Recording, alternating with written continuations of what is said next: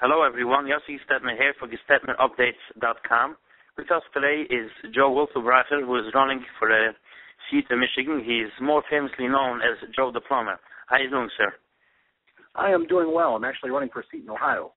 In Ohio? Yeah, I asked my friend, is it Ohio or Michigan? He said, no, it's Michigan 9th.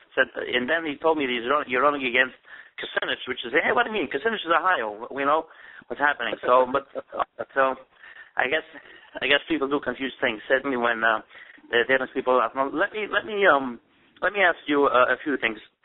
What amazes me most about your character is, first of all, let me ask you: Do you when people call you Joe the Plumber, you think you take it as a putting you down or calling you an out name, or you think you're proud about it because you have a profession, you did your work and you work something, and you're proud about this name? How do you go about it? Well, first, my full name is Samuel Joseph Wurzelbacher. I've gone by my middle name my entire life, so calling me Joe is what everybody calls me. And then being a plumber is an honorable tradition. It's a great trade to be in, and so I don't see it as a put down in any way, shape, or form. I have no problem with people calling me Joe the Plumber or just calling me Joe. Yeah, personally, I actually look up at to people who have a trade and they do it the correct way, and they care for themselves, for their family, and for their families. It's any time better than anything else. But sometimes people get names, and I wonder, what do these people take it as a plus or a minus? Now, in 2008, people got to know you on a national level, on a national scale, largely because I wouldn't say you confronted them. I didn't confront the then senator. Just asked him a simple question, and he answered. But somehow it rubbed his fans in the media in the wrong way, so they decided to come after you. Were you taken by surprise about of that response? And considering the heat that you got, and they basically started, washing your laundry in public regarding any bill that you had or tax being late or whatever, and considering all of that, how come you decided to say, you know what? Not only am I not backing off, I'll be out there every day, I'll be in the public arena, and I'll even run for office, which automatically puts me more into the lines then. Well, as far as how they came after me, they had to do it. They had to discredit me in any way, shape, or form to take the question that I asked and try to make it not as important. Look, what's this guy even have the right to ask a question? And bottom line, being an American citizen, not only do I have the right to ask a question like that, it's actually my responsibility to challenge the elected officials and what they are saying. This is what I'm going to do. This is how I'm going to do it. And so, I don't regret asking the question. I won't back down. And as far as moving forward, I have a platform that most Americans want. So instead of sitting here and watching the evening news and getting angry and throwing something to TV, now I have a voice that I can sit there and express, my concerns on which way the country is going.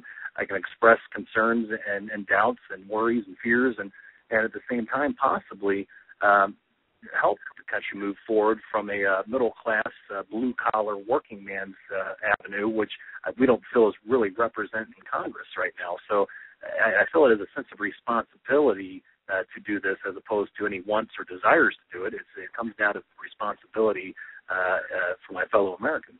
I understand. And obviously, I know about you, and many people know about you on a national level, and I believe people know you on the local level too. But how do you see your I won't call it fame, because you're not in a beauty contest here. Your hair, you want to do, as you said, as a responsible citizen, as a loyal citizen, you want to do your responsibility to keep politicians' feet to the fire. But I do wonder how does your seat, your running for a seat, play out on a local level? I didn't check your fundraising numbers recently, and I didn't check polling. I think it's a mess over there with the redistricting and fights on both sides. But I'm wondering, how do you feel?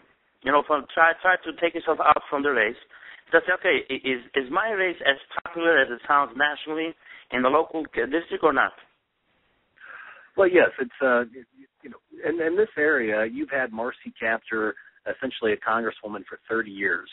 And the economy here, specifically Toledo, Northwest Ohio, has been bad for a very long time. People looking for jobs, worried about their jobs, worried about losing jobs.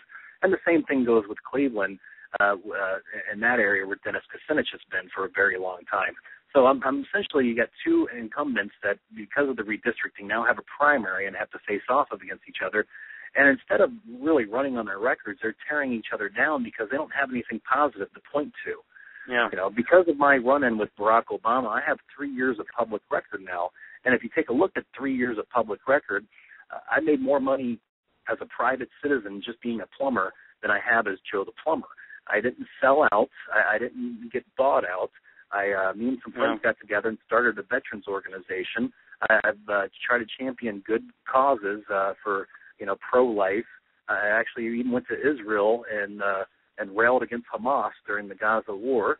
I've gone out and put my convictions to the test, and I haven't backed down off of them. And that's what I think will jive, if you will, with the people in my district. Is a simple fact. They know what I say is something I'm going to do. Once I give my word, it's a done deal. I'm 38 years old. I know where I stand. I'm a solid Christian. I'm a solid man, and my word is my bond. I'm not a politician. I'm a plumber, and I have to get things done at the end of my day. Otherwise, my family doesn't get fed. Politicians don't have to get anything done, and they still get paid. Yes, yeah. It's very interesting the way I actually like it. That's one of the reasons why I told my buddy that you got to get me Joe. Ohio is obviously a swing state. The Jewish community in Ohio, depending on how slim the margin is, they can make a difference. If the margin comes down to, I don't know what we had in 2004, Bush won by 120,000 votes, I don't think the Jewish community can swing it, but if the contest is close to such as Florida level, the Jewish community can certainly swing it. Do you have any, relationships with people in the Jewish community over there? Certainly the Orthodox community, which they apparently are obviously more conservative than your regular Jews, regular or mainstream Jewish person that you would find down there. So I'm wondering, how does the Jewish community come into play? What's your take on Ohio in general, and more specifically in your district, if it's relevant? Well, there's actually a couple Jewish organizations in my district, and we've reached out and have had talks, and Bev Goldstein runs one of them, and we've had, she's behind me 100%, helping me, volunteering, making introductions for me into the community, because, not being a politician, I don't know everybody and their brother per se, and so she's really helping out tremendously in that regard. So who's that? I didn't get her name. Who's that? Beverly Goldstein. Yeah. And she's been tremendous in helping me. One thing I don't understand, actually, to be honest with you, is I was actually reading and I don't have, unfortunately, not in front of me, but a Jewish publication stating that, the obvious choice for the Jewish people in this district would be Marcy Kaptur, when her record doesn't show that she supported Israel very often throughout her, Which publication was it? I don't have it in front of me. I was just reading it 2 or 3 days ago, though. I'll look for it as we speak. But she doesn't have a very long, or she hasn't. Her record, the long record, doesn't have any. It doesn't show that she supports Israel in any way, shape, or form through her voting.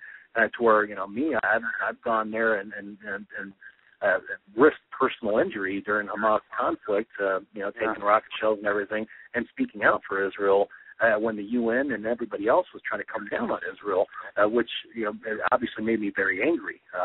And so I stand with the Jewish people and keeping Israel and keeping its original borders instead of the UN or the world essentially trying to shrinking their borders. It drives me nuts. I mean, that's their country, and I'm tired of people sticking their nose into it. I wanna answer you on that, but first I want to relate it a little bit in a different way.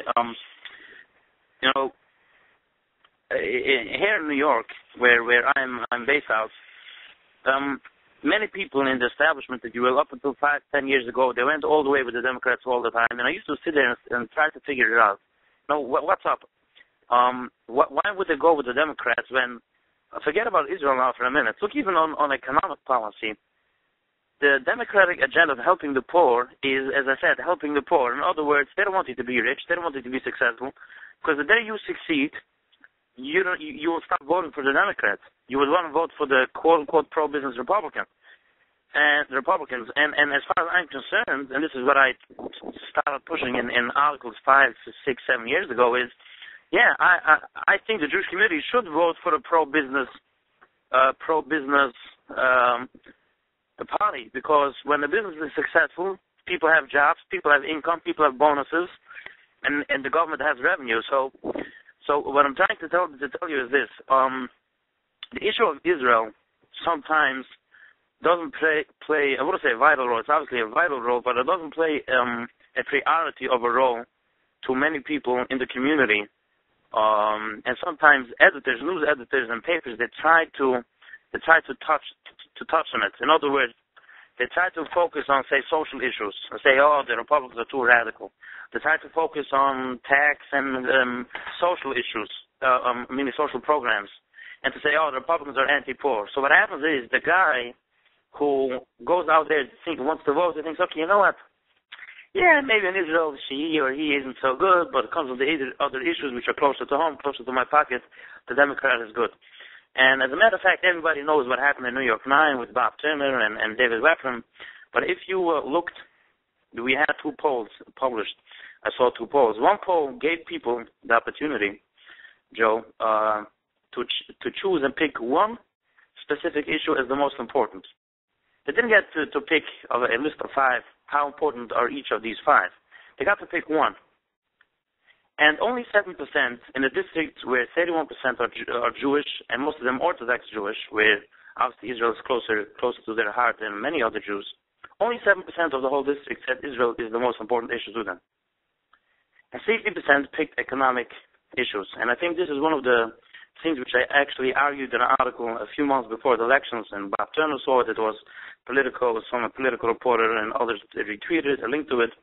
My argument was made that while it is important for Republicans to point out where they stand on Israel and on defense, it is very important that your average Jewish voter should see that a candidate understands and relates to economic, tax, local security issues beyond and outside Israel. Well, and that makes perfect sense. I mean, for me, it's not so much as what I'm going to do for Jewish Americans or Irish American or Hispanic Americans or any of the other labels that you want to do. What it comes down to for me in Congress, what I want to do is I want to represent all Americans. I love it, Joe. I love this. I'll tell you what. I just sorry to interrupt. I love this. I recently heard the interview of what's the Republican Jewish or Spanish platform. I was thinking again, as you said, young on the TV. I'm a little bit more fortunate. It wasn't the TV, the internet, something, watching a show, whatever. I'm a little bit more fortunate because I have a platform. I reach out to. I have how to, vent some steam, if you will. But I was and what I was thinking, what even with the outreach or the plan or the platform for the Spanish community? Your everyday American wants and needs the same thing. People need exactly. So this whole but the problem is when it comes to people who play politics dirty. My personal opinion is, I'm not here to give you consulting here in public, but my opinion is that you gotta play it a little bit more evenly. And very glad to hear it. Let me ask you